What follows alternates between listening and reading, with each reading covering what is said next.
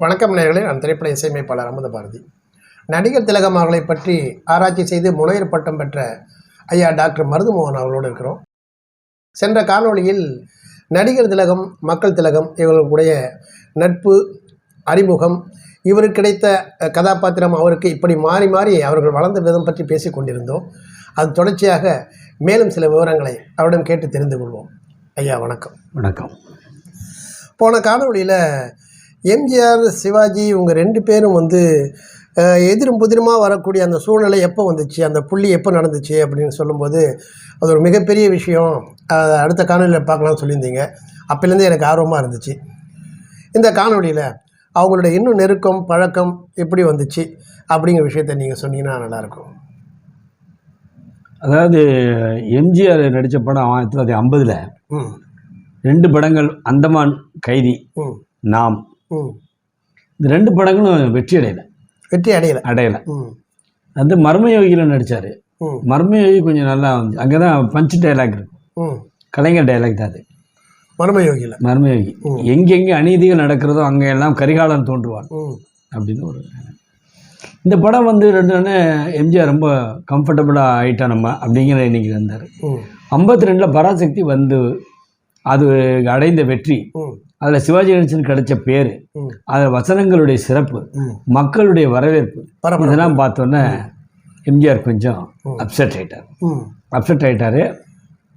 அந்த படம் 2 படம் போனோடனே எம்ஜிஆரை யாரும் எல்லா கூட்டமும் சிவாஜி நோக்கி வர ஆரம்பிச்சிருச்சு. அவரை பற்றி பேச ஆரம்பிச்சிட்டாங்க. இல்லை, அவர்கிட்ட புக் பண்ணுறதுக்கு போட்டி. இந்த தயாரிப்பாளர், அந்த எல்லா இயக்குநர்கள்லாம் தயாரிப்பாளர்லாம் வந்துட்டாங்க. வந்தோடனே 54 அவருக்கு வந்து 10 படம் சிவாஜிக்கு.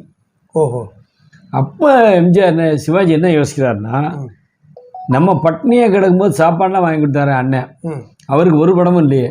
அந்த காலகட்டத்தில் எம்ஜிஆர் படம் யாரும் புக் பண்ணல. அந்த மாதிரி சூழ்நிலை வந்துச்சு. அப்படின்னு சொல்லிட்டு அவர் யோசிச்சுட்டு கவலையில் இருக்காரு, என்ன பண்ணுறதுன்னு. ஏகப்பட்ட படம் புக் ஆகிட்டு வருது. அப்போது வந்து பச்சிராஜா ஸ்டுடியோ ஸ்ரீராமுலு வந்து இந்த மலைக்கண்ணன் கதையை சிவாஜிட்டு சொல்கிறாரு. சொன்ன சிவாஜி என்ன சொல்கிறாருன்னா, அவர் மனசுக்குள்ள அண்ணன் படம் இல்லாமல் இருக்கார் அப்படிங்கிற கவலை, அந்த கவலையை போய் எதுக்கு ஸ்ரீராமுல்கிட்ட சொல்லணும் அப்படின்ட்டு, இந்த மலைக்கண்ணன் கதை அண்ணனுக்கு பொருத்தமாக இருக்கும், நீ அங்கே போய் சொல்லுங்கன்றார். இல்லைங்க, அது உங்களுக்கு தாங்க பொருத்தமாக இருக்கணும். இல்லை அவருக்கு தான் இந்த மாதிரி கதைகள்லாம் பொருத்தமாக இருக்கணும். இல்லை, எனக்கும் அவருக்கும் கொஞ்சம் கருத்து வேறுபாடு இருக்குது கணேசனுக்கு, நீங்கள் போங்க நான் சொல்கிறேன்னு ஃபோன் அடிச்சிருக்கேன். கருத்து வேறுபாடு இருக்குன்னு ஸ்ரீராமுலு சொல்கிறாரா? எம்ஜிஆருக்கு உடனே சிவாஜி ஃபோன் பண்ணி, அண்ணே ஒரு நல்ல கதை வந்துச்சுண்ணே ஸ்ரீராமுலு, அதை கேளுங்க, உங்களுக்கு பொருத்தமாக இருக்கும். ஏன் தம்பி நீங்கள் நடிக்க வேண்டியதானே அப்படின்னு. இல்லை உங்களுக்கு தான் அது பொருத்தமாக இருக்குன்னு சொல்லி தான் உதவி செஞ்சோம் அப்படிங்கிறத சொல்லி காட்டாமல் அந்த மாதிரி இதுக்காக பேசாமல் சொல்லிட்டார். எம்ஜிஆர் அந்த படத்தை நடிக்கிறார். மலைக்கல்லன் வந்து எம்ஜிஆர் வாழ்க்கையில், குறிப்பாக திரையுலக வாழ்க்கையில் ஒரு திருப்புமுனை ஏற்படுத்திய படம். மிகப்பெரிய திருப்புமுனை. ஒரு 6 மொழிகளில் வெள்ளி விழா அந்த படம். எம்ஜிஆர் எங்கேயோ போயிட்டார். 6 மொழிகள்லையும் எம்ஜிஆர் தான். அதே சில மொழிகள் வந்து டப் பண்ணாங்க, மொழி மாற்றம் செஞ்சாங்க. வெள்ளி விழா எம்ஜிஆருக்கு ஒரு திருப்புமுனை ஏற்படுத்திச்சு. அதுக்கு அடுத்து இவர் என்ன பண்ணுறாரு, டிஆர் ராமண்ணா எம்ஜிஆரும் சிவாஜி சேர்த்து வச்சு படம் எடுத்துருவோம், 2 பேரும் பயங்கர பாப்புலராக அப்படின்னு எம்ஜிஆர் அப்ரோச் பண்ணுறாரு. அப்போ அட்வான்ஸ் பணம் வாங்கணும்ல, எம்ஜிஆர் என்ன சொல்கிறார், எனக்கு ₹1 கொடுங்க, தம்பி கணேசன் கூட நடிக்கிறதுக்கே எனக்கு அது கொடுத்து வச்சுருக்கணும் அப்படிங்கிற மாதிரி சொல்கிறார். ₹1 வெறும் ₹1. ஆமாம், ₹1. ஏன்னா மலைக்கண்ணன் கதையை தனக்குன்னு கொடுத்துருக்காரு. அதே மாதிரி சிவாஜி அம்மா என்ன சொல்லியிருக்காங்க, டிஆர் ராமன், அவங்களும் டிஆர் ராஜகுமாரையும் ரொம்ப க்ளோஸ்.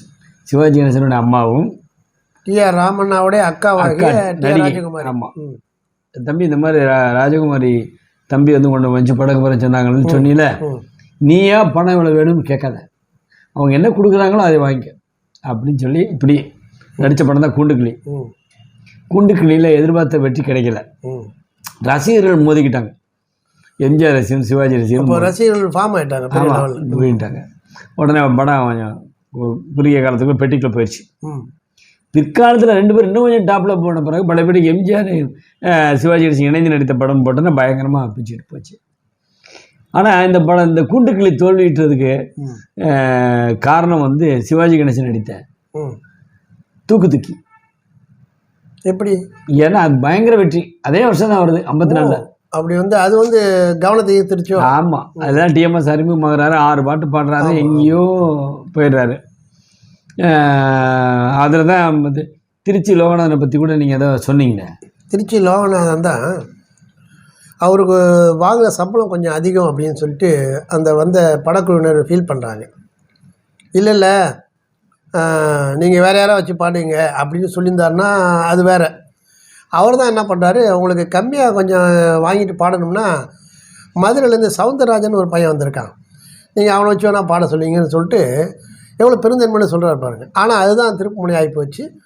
அதுக்கப்புறம் அவங்க டிஎம் சவுந்தரராஜன் அவர்களை அணுகி அவர் கொஞ்சம் கம்மியான பணத்தில் பாட ஆரம்பித்தோன்னா பாட்டு வந்து நடிகர் திலகத்துக்கும் பிடிச்சி போக இவர் என்ன சொல்லியிருக்காரு, ஒரு 4 பாட்டு பாடுறேன், பதிவு பண்ணுங்கள், எனக்கு பணம் தேவையில்லை, நல்லா இருந்தால் கொடுங்க அப்படின்னு. எல்லாம் நாங்கள் முடிவு பண்ண முடியாது, நடிகர் திலகம் முடிவு பண்ணணும்னு சொன்னாங்க. அவர் வந்து கேட்டார், எல்லாமே அவர் பாடட்டுன்னு அவர் சொன்னாருங்கிறது அவங்களுக்கும் தெரியும், எல்லாருக்கும் தெரியும். அதுக்கப்புறம் டிஎம்எஸோடைய லெவல் வேறு மாதிரி போயிடுது. திருச்சி லோகநாதன் மற்றபடி சிதம்பரம் ஜெயராமன் அவங்க எங்கெல்லாம் வந்து வேறு மாதிரி போயிடுறாங்க. எப்படி சிவாஜி கணேசன் அவர்கள் வந்த பிறகு அப்படியே ஒரு மிகப்பெரிய முன்னேற்றத்தை அடைஞ்சார், அது மாதிரி டிஎம்எஸ் வந்து அதற்கும் மிகப்பெரிய பாட்டை கிடைச்சிது அப்படின்னு சொல்லுவாங்க. அந்த மாதிரி இந்த நிகழ்வு தூக்கில் நடந்திருக்கு. இப்போ வந்து எம்ஜிஆர் அவர்களுக்கு மலைக்கல்ல நல்லா திருப்புமுனை படம் கொடுத்தோடனே பழைய நண்பர், அவருடைய நண்பர் சின்னப்பத்தேவர் வந்து எம்ஜிஆர் புக் பண்ணுறார் தாய்க்கு பின்தாரத்துக்கு படம். தாய்க்கு பின்தாரம் படத்தில் வந்து ஒரு காளை மாட்டோட எம்ஜிஆர் ஃபைட் பண்ணுற மாதிரி சீன்.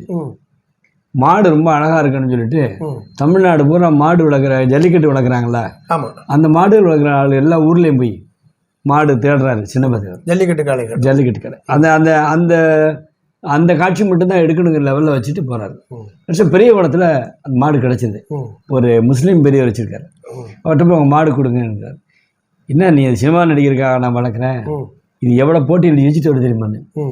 இல்லையா, இது வந்து ஒரு அழகான நடிகர், என்ன இந்த காளை மாட்டோட நடிக்க போகிறாரு, 2 பேரும் அழகாக இருந்தால் தான் நல்லாயிருக்கும், பேலன்ஸ்டாக இருக்கும். அதனால் நீங்கள் வந்து இந்த மாடை கொடுங்க, மாடு 10 ரூபா கொண்டாந்து கொடுத்துறேன், இதை எதுக்கு டெபாசிட் மாதிரி வச்சுக்கிறீங்கன்னு ஒரு 50,000 கொடுத்துட்டு மாடை கூட்டி வந்துடுறாரு.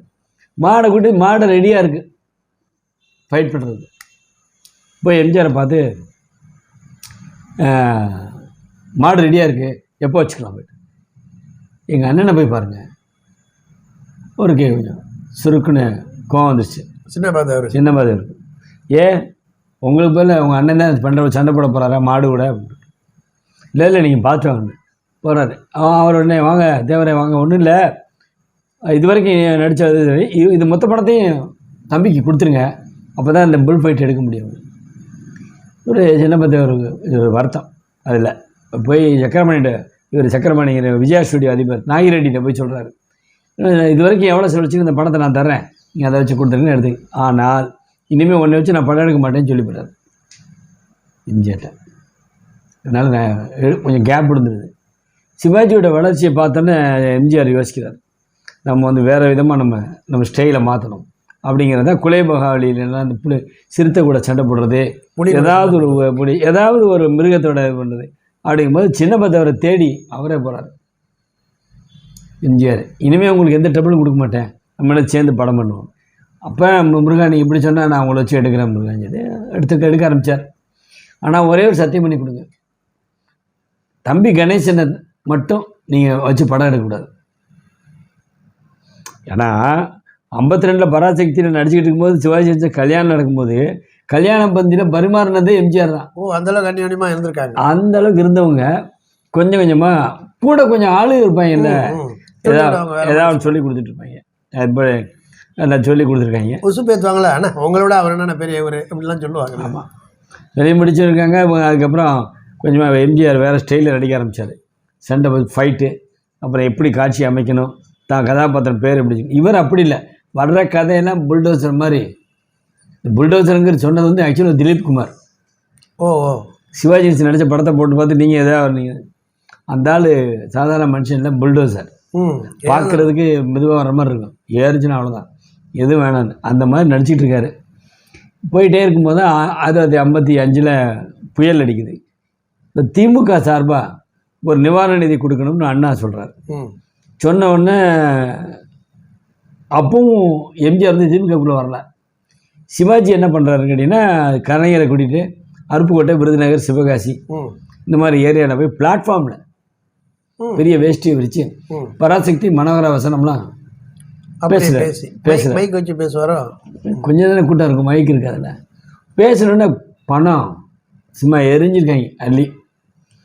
அந்த காலத்தில் 22,000 ரூபா பணம். இவர் என்ன சொல்கிறாரு, அண்ணா என்ன சொல்கிறாரு, யார் அதிக பணத்தை வசூலித்து தராங்களோ அவங்களுக்கு நான் வந்து ஒரு பரிசு கொடுப்பேன் அப்படின்னு சொல்கிறாரு. 22,000 கொடுத்துன்னு சிவாஜிக்கு நிம்மதியாக ஷூட்டிங் போயிட்டார் சேலத்துக்கு. விழா வந்து நடக்குது. விழா நடக்கும்போது அண்ணா கேட்டிருக்கிறீங்க கணேசன் வரலன்னு. நாங்கள் தகவல் சொல்லிட்டோம், ஏன் தெரியல வரலன்னு. ஆனால் தகவல் சொல்லலை. அதே நேரத்தில் சிவாஜி சேலத்துலேருந்து ஃபோன் பண்ணி உங்கள் அம்மாட்ட, யாராவது என்னை கேட்டு ஃபோன் பண்ணாங்களாம்மா, யாரும் வந்தாங்களா? இல்லைப்பான்னு அப்போவுமே அவருக்கு இருக்க முடியல. என்ன விழா வந்து நடக்குதுன்னு சொல்ல போகிறாங்கன்னு கிளம்பி வந்துட்டார். விழா நடக்கிற அன்றைக்கி சேலத்துலேருந்து கார் எடுத்துகிட்டு வந்துட்டார். வந்து வீட்டில் உட்காந்து காத்திருக்காரு, கூப்பிடவே இல்லை. அந்த மேடையில் தான் மக்கள் திலகம் அறிமுகப்படுத்தப்படுகிறார். திமுகவில் இணைஞ்சிட்டாருன்னு 55. அவர் வந்தோன்னா 2 பேருமே. இப்போ சிவாஜி அதுலேருந்து 55லேருந்து 1970 வரைக்கும் ஒரு 15 வருஷம் வீட்டுக்கே போகாமல் ஒரு நாளைக்கு 20 மணி நேரம் நடித்தார். ஏன்னா அவருக்கு வந்து தொழிலையும் போட்டி பயங்கரமாக இருக்குது, அரசியலையும் வளரப்படலை. திருப்பதி கணேசா நீ வந்த வழியை திரும்பிப்பார் அப்படின்னு நோட்டீஸ் அடித்து தான் ஒட்டினாங்க ஆளுங்க. ரொம்ப வருத்தத்தில் இருந்தார். ஆனால் ஒன்று, திமுகவிலே அடிப்படை உறுப்பினர் கூட ஆகலை சிவாஜி. அனுதாபிதான். இப்படி இருக்குது. எம்ஜிஆர் தனியாக அவருடைய பாதையில் போயிட்டுருக்காரு. 62 நடிகர் சங்க தலைவராக எம்ஜிஆர் இருக்கார். அந்த சமயத்தில் சிவாஜிக்கு அழைப்பு வருது. அழைப்பு அமெரிக்காவுக்கு வருது. அமெரிக்காவிலேருந்து கூப்பிட்றாங்க, கலாச்சார தூதுவராக கூப்பிட்றாங்க. ஸோ சிவாஜியை கூப்பிட்டோன்னே பலே பண்டியாரம்மா ஏற்கனவே பேசியிருக்கோம். 11 நாளில் நடித்து முடிச்சு கொடுத்துட்டு வீட்டுக்கு போய்ட்டு கிளம்புறாரு. முதல் காரில் சிவாஜி, இந்த பக்கம் அம்மா, இந்த பக்கம் ஒய்ஃபு. இப்போ நண்பர் வந்து சொன்னார், நேரடியாக பார்த்தாராம், மக்கள் வெள்ளம்னா மக்கள் வெள்ளம் தான். வழி நடுக அப்படியே காரில் பிளைமூத், 2 பிளைமூத், சிவாஜி காரும் பிளைமூத் தான், எம்ஜிஆர் நம்ம பிளைமூத். அடுத்த வண்டி எம்ஜிஆர், 2வது வண்டி எம்ஜிஆர். அப்படியே போகிறாங்க. அங்கே ஏர்போர்ட்டில் பயங்கரமான கூட்டம், 5000 பேர் நிற்கிறாங்க திரண்டு வழி அனுப்ப. போலீஸ் வேறு யாரையும் விடலை. நாங்கள் போனோன்னா இங்கே அமெரிக்காவுக்கு கிளம்புறாரு. இவர் பீம்சிங் பால் பாயசம் கொடுக்குறாரு சிவாஜிக்கு. ஒருவேளை பலே பாண்டியார் ஷூட்டிங் ரொம்ப லேட் ஆகிடுச்சா என்ன பண்ணுறதுன்னு சொல்லிட்டு சார்ட்டர் ஃப்ளைட்டு தம்பியை விட்டு புக் பண்ண சொல்லி தனி ஃப்ளைட்டில் அவருடைய நண்பர் ஒரு இருக்கார், ஒரு செட்டியார் வியாபாரி, அவர் 2 பேரும் கிளம்புறாங்க. அப்புறம் பாம்பே அமெரிக்கா போகிறார். அமெரிக்கா போய்ட்டு திரும்பி வரார். 112 நாள் கழித்து வரார். வரும்போது எம்ஜிஆரோட பெரிய வரவேற்பு கொடுக்குறார் சிவாஜிக்கு. வரவேற்பு கொடுத்து இந்த இதில் ட்ரிபிள்கேனில் பிஎஸ்கே ஸ்கூலில் எல்லாரும் சிவாஜியை பாராட்டி பேசுகிறாங்க. அப்படி இப்படின்னு பேசுகிறாங்க. அங்கே எம்ஜிஆர் என்ன பேசுனான்னு கேட்டிங்கன்னா, நம்ம போன காணொலியில் சொன்னேன் பாருங்கள், வந்து மனோகராவுடைய தாயார் பத்மாவதி பேசின வசனம் பெண் குரலில் பேசிட்டுச்சாரு. அதை மென்ஷன் பண்ணி எம்ஜிஆர் அந்த விழா பேசுகிறார். வேறு மாதிரி ஒரு நடிகர் இருக்க முடியாது. நான் அப்போவே வந்து மனோகரா நாடகத்தில் அவர் வந்து பத்மாவதி வேஷத்தில், நாடகம் முழுவதும் பெண் வேஷத்தில், பெண் குரலே பெண் வேஷம் போட்டு நளினமாக பெண் குரலே பேசி நடிச்சிருக்காரு. இப்படி ஒரு நடிகர் இருக்க முடியாதுன்னு பேசி அந்த அந்த நடிகன் குரல் அப்படின்னு ஒரு பத்திரிக்கை ஒன்று நடத்தினாங்க நடிகர் சங்கத்தில். அதில் வந்து நடிகர் உலா அப்படின்னு டைட்டில் போட்டு சிவாஜி ஒரு அமெரிக்கா போயிட்டு வந்ததெல்லாம் ஒரு வெளியே இதாக போட்டு பாராட்டு எம்ஜிஆர் பண்ணார். அப்போ இவங்க 2 பேருக்கும் அந்யோன்யம் இல்லாமல் வேறு எந்த நடிகர்களுக்கும் இல்லாத ஈடுபாடு எப்படி எம்ஜிஆருக்கு வந்துச்சு? கொண்டு வழி அனுப்பணும், மறுபடியும் வரவேற்கணும் அப்படிங்கிற விஷயம் இருக்கும்போது, என்ன தான் எதிரும் புதிரும் அப்படிங்கிற விஷயங்கள் இருந்தாலும், தொழில் போட்டி இருந்தாலும், ஒரு அந்யோன்யம் உள்ளுக்குள்ளே ஓடிக்கிட்டே இருந்துச்சு. நீங்கள் இருந்துச்சு. வீட்டில் நடக்கிற எல்லா ஃபங்க்ஷனுக்கும் எம்ஜிஆருக்கு அழைப்பு வரும். அது மாதிரி இவரும் எம்ஜிஆரை பார்க்க போவார்.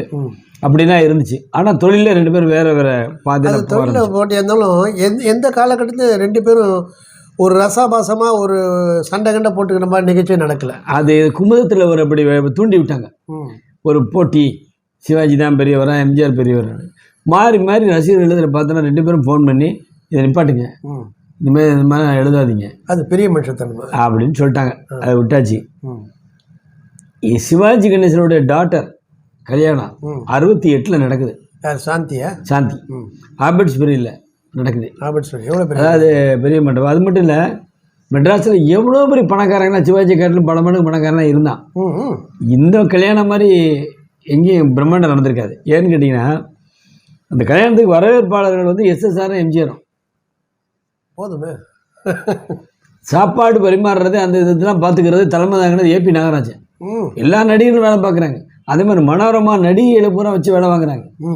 கூட்டம் அப்படி கூட்டம் அப்படி. பணத்துக்கு பணம், பாப்புலாரிட்டிக்கு பாப்புலாரிட்டி, செல்வாக்குக்கு செல்வாக்கு. அப்புறம் எப்படி கேட்க வேணாம். அப்போ அண்ணா மட்டும் லண்டனில் இருந்தார். சிவாஜி கல்யாணம் கூட அப்படி நடந்திருக்காது.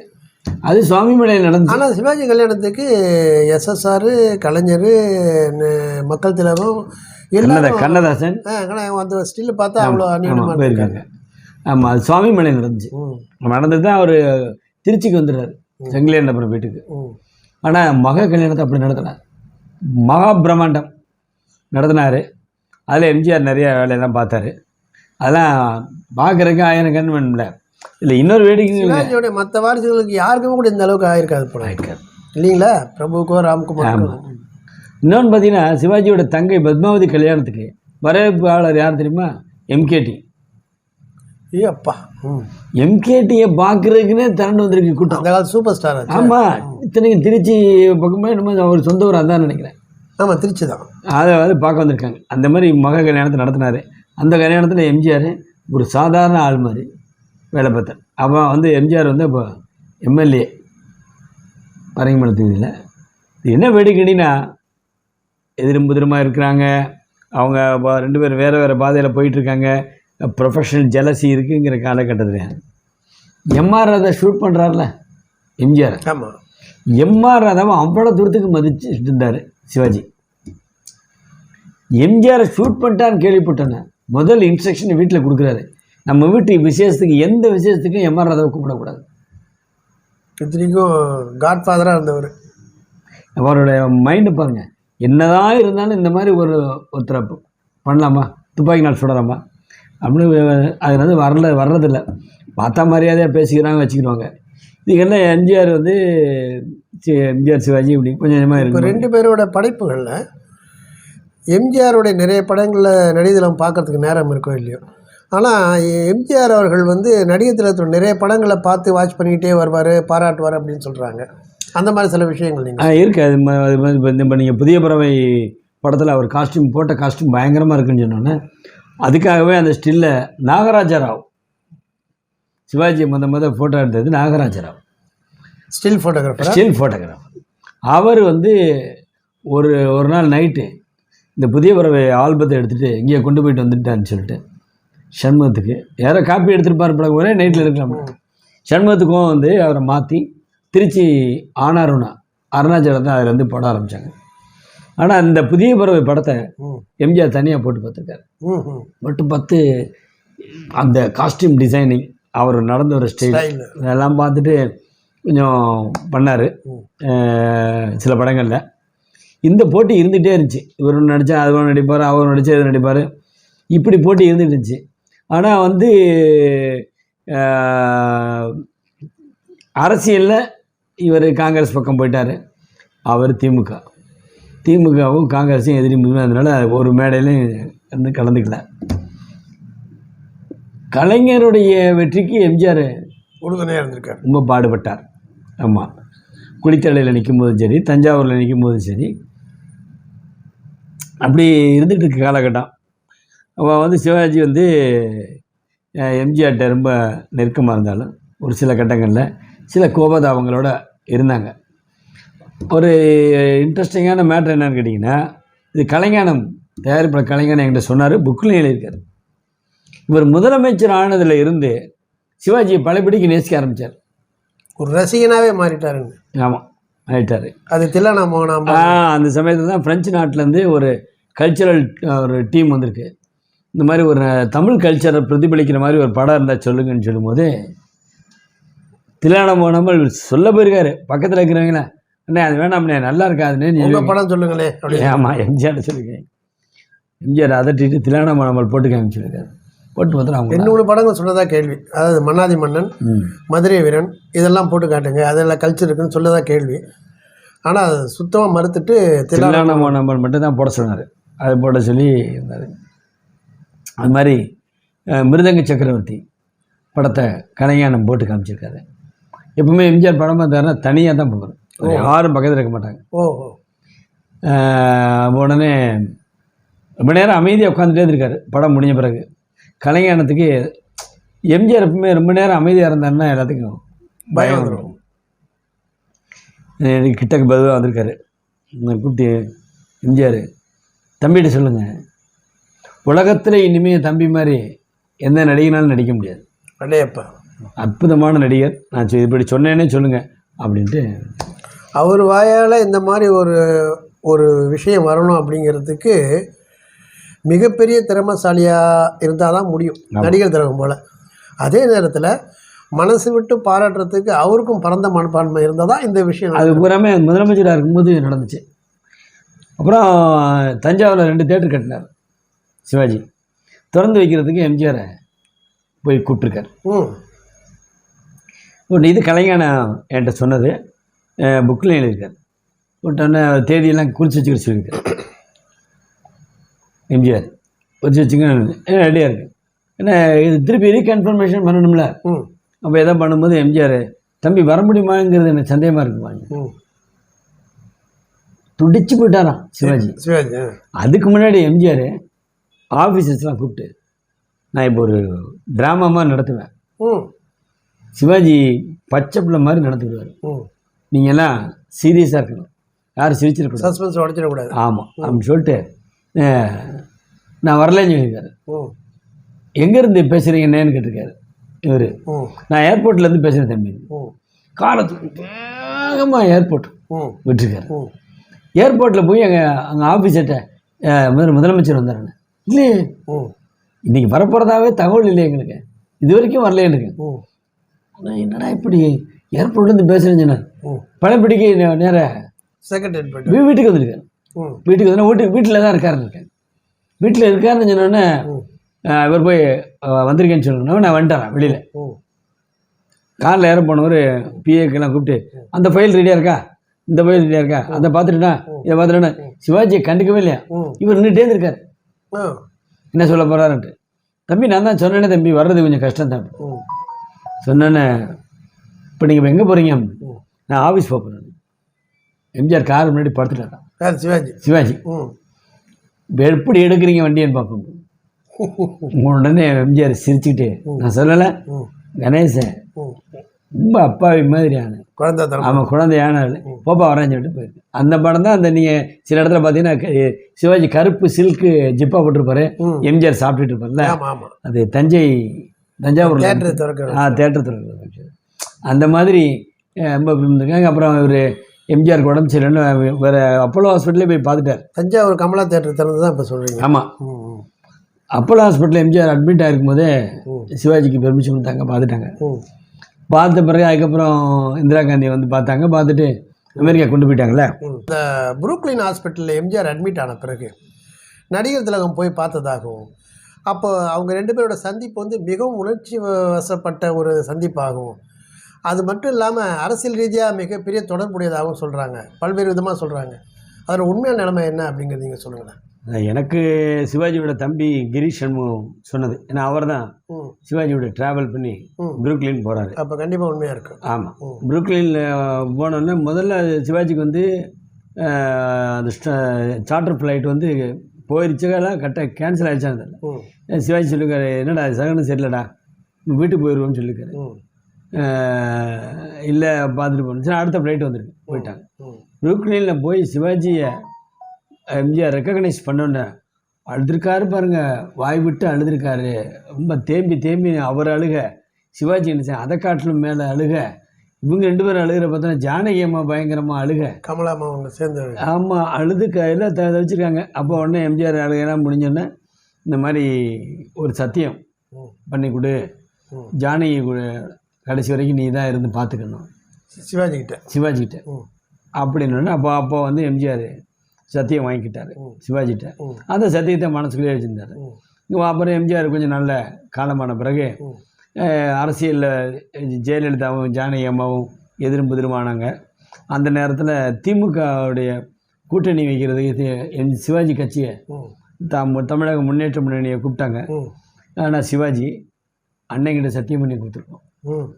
அதனால் ஜானகி அம்மாவோட கூட்டணியிலே இருப்போம்னு திமுக போக மாட்டேன். திமுக போயிருந்தாருன்னு வச்சுக்கிறங்க. ஒரு வேளை ஒரு மிகப்பெரிய 35 சீட்டு கலைஞர் கண்டிப்பாக ஜெயிக்க வச்சிருப்பார்.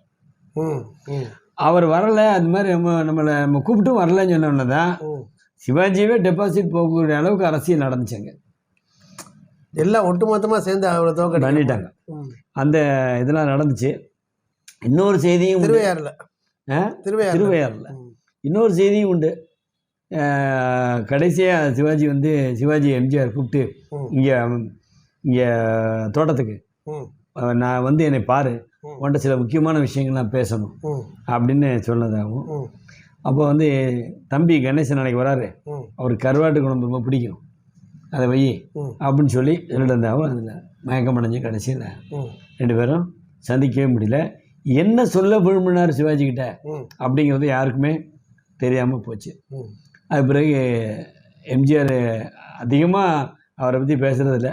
பிரபு ரொம்ப பிரியமாக இருப்பார் எம்ஜிஆரை பெரியப்பான்னு சொல்லிட்டு. இல்லை, சில படங்கள் அவரை ஒட்டியே சண்டை காட்சிகள்லாம் பண்ணிட்டு இருப்பார். அவர் ரொம்ப பிரியமாக இருப்பார். சிவாஜி கடைசி வரைக்கும் எம்ஜிஆரை ரொம்ப மதித்து அண்ணன்ட்டு வீட்லேயும் அப்படியே அறிமுகப்படுத்துவார். அதுக்கு முன்னாடி கூட ஏதோ ஒரு இதில் அடிபட்டு சிவாஜி வந்து வீட்டில் இருக்கும்போது பெட்ரூம்க்கே நேராக எம்ஜிஆர் வந்துட்டார். அந்த மாதிரி சிவாஜியோட அம்மா வந்து இறந்தப்போ எம்ஜிஆர் வந்து உட்காந்து பார்த்தாரு. இப்படி இவங்க 2 பேருக்கும் இந்த கூட இருக்கிறவங்க நிறைய பேர் கேம் விளையாண்டாங்க, அவங்களோட சுயநலத்துக்காக விளையாண்டாங்க.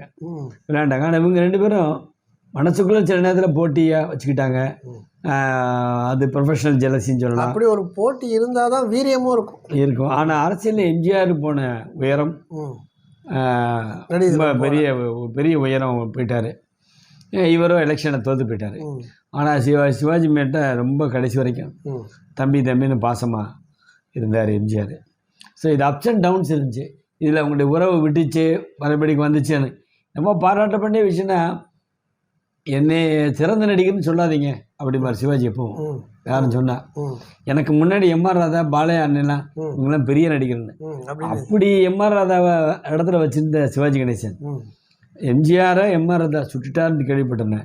வீட்டில் கொடுத்த ஸ்டாண்டிங் இன்ஸ்ட்ரக்ஷன், நம்ம வீட்டு எந்த விசேஷத்துக்கும் எம்ஆர் ராதா அண்ணனுங்க கூப்பிடக்கூடாது அப்படின்னு. அது எம்ஜிஆர் மேலே வச்சுருந்த பிரியத்துக்கு காரணம், மரியாதை கலந்த பிரியம். இப்படி தான் அவங்க வாழ்க்கை இருந்துச்சு. ஸோ இன்றைக்கி ஆக்சுவலாக வந்து இன்றைக்கி எம்ஜிஆருடைய பிறந்த நாள்.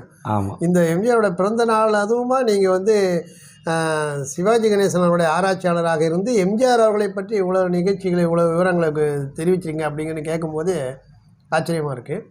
இந்த அளவுக்கு அருமையான தகவல் சொன்னீங்க. மீண்டும் சுவாரஸ்யமான வேறு தகவல்களை உங்களிடமிருந்து பெறும் வரை உங்களிடமிருந்து விடைபெற்றுக் கொள்கிறேன். நன்றி, வணக்கம். நன்றி, வணக்கம்.